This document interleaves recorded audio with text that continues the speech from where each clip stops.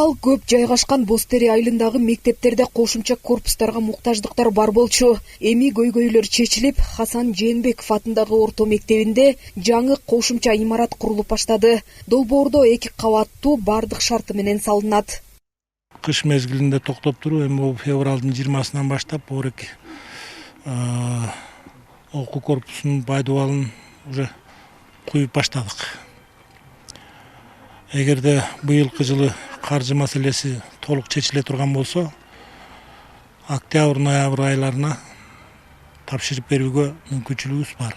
Имараттын пайдубалы 2023-жылдын декабрь айында башталган. Азыр иштер кызуу жүрүүдө. Долбоордун жалпы наркы Ысык Көл облустук капиталдык курулуш башкармалыгы тарабынан 49,5 миллион сом деп бааланган. Анын 3 миллион 400 миң сому мамлекеттен бөлүндү. Алган акчага мындан мына Чолпон Ата шаарындагы Биор компаниясынын бетон заводунан даяр бетон алып куюп атабыз. Андан тышкары дагы каржы маселеси плита перекрытияга 40% которгонбуз. Кийин баягы задержка болбосун депчи. Жалпы Ысык Көл облустук капиталдык курулуш башкармалыгы 80 объектини куруп жатат. Анын 9-у капиталдык оңдоп түзөөлөр, калгандары таза суу, социалдык объектилердеги курулуштар.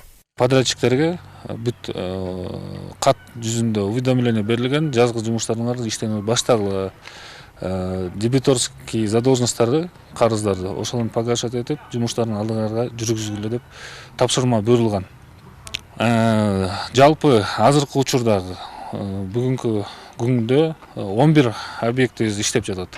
3 жылдан бери мамлекеттен билим берүү тармагына колдоолор көрсөтүлүп, бир катар аймактарда мектеп, бала бакчалар салынууда. Каражаттарды мамлекет камсыздоодо. Ал эми Бостери айылындагы кошумча корпустун имараты акча убагында бөлүнсө, ушул жылдын ноябрь айында тапшырып берүү планы бар.